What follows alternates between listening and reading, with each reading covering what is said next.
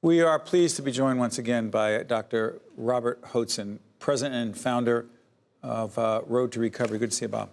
You too, Steve. I think Thanks. It's 4 or 5 times you've been with us. Yep. Your expertise, you're a former priest. Yes. You understand the sex abuse scandal in the priesthood better than anyone else in the Catholic Church. We just had Senator Joseph Vitale, check out that interview, who's calling for a grand jury investigation. The Attorney General in the state of New Jersey doing the same thing into this case. Pennsylvania did, as you called it, what?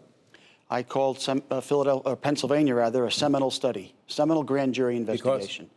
Well, it left no stone unturned. It really looked into the depths of the crisis there. And found? And found 1,000 victims and 300 priests.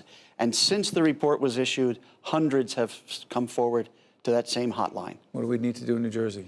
By the way, New Jersey has a hotline. Check out our site. And Jackie, let's make sure we get that website up, because dozens and hundreds of people are calling the Attorney General's website hotline on this. Yeah, I applaud Attorney General Graywall for doing this. It has to be done. I've called for it for decades.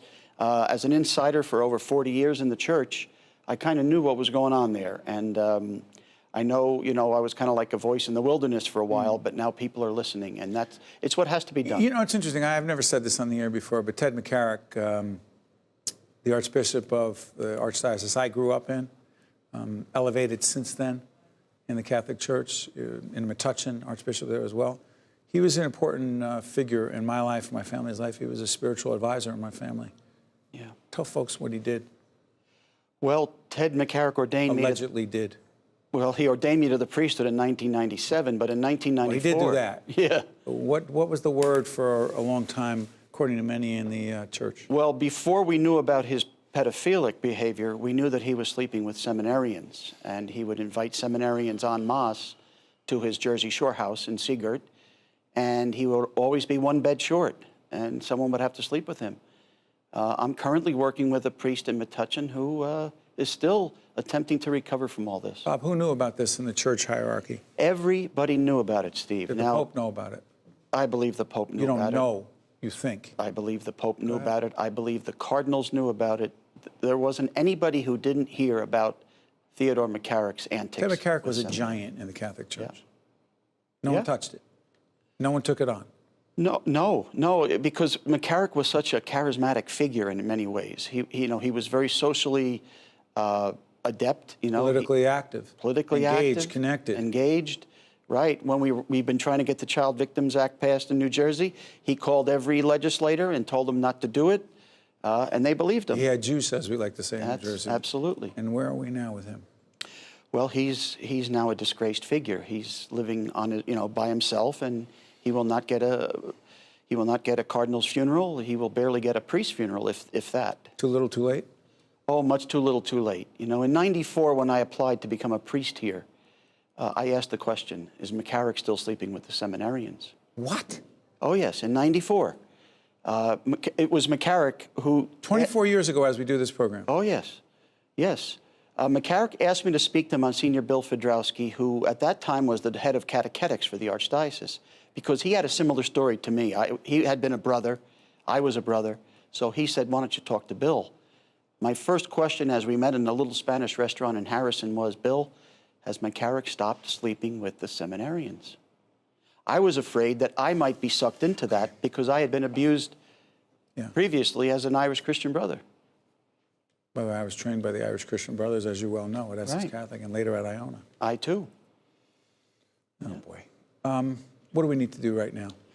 Got a couple minutes left. What do we really need to do? Get action. We need to hold these dioceses accountable. The Attorney General in Pennsylvania had a great plan and did it. When he had to raid diocese files, he did it. Does the Attorney General in New Jersey need to be raiding files of diocesan offices? I believe he does, because we have what is called secret files, and those secret files contain the most important information for the most part. What about the statute of limitations? We have to get rid of the statute of limitations and hopefully do our best getting rid of it. There shouldn't be any statute of limitations on murder of the soul. We don't have it on murder of the body. We shouldn't have it on murder of the soul. What does Road to Recovery do? We work with sexual abuse victims and their families. We have worked with over 5,000 victims since 2003. 5,000. Yeah. internationally. Church says, trust us on this. We'll handle it ourselves. No, the church cannot be trusted. It's been proven, clearly proven. One more question that's personal for me and more personal for many watching. Folks say, I'm torn by going to church because I don't know where that money's going. It's hard for me to listen to a priest who's up there speaking because I don't know if he, in fact, was either engaged directly or was complicit in the process. Is that some wacky thinking? Well, I feel for the people because I don't think they should give up their faith. Right. As I tell people, my faith has never been stronger. Is the faith in the church? Right. My religion has never been weaker, however, because I have a hard time dealing with those who are attempting to lead us in this religion. So what I would suggest to those folks is hold your church accountable, but continue, of course, to nourish yourself spiritually. Bob Hoatson, Road to Recovery, and thank you for joining us. Thanks, Steve. Keep doing what you're doing to help a whole range of people who have been victims and should never have been in the first place. We'll be right back after this. Thank you. State of Affairs with Steve Adubato is a production of the Caucus Educational Corporation, celebrating over 25 years of broadcast excellence. State of Affairs with Steve Adubato is brought to you from the Agnes Veris NJTV studio at 2 Gateway. Funding has been provided by Englewood Health, the Northward Center, Rowan University, New Jersey Resources, the Healthcare Foundation of New Jersey, MD Advantage Insurance Company of New Jersey, and by International Union of Operating Engineers, Local 825.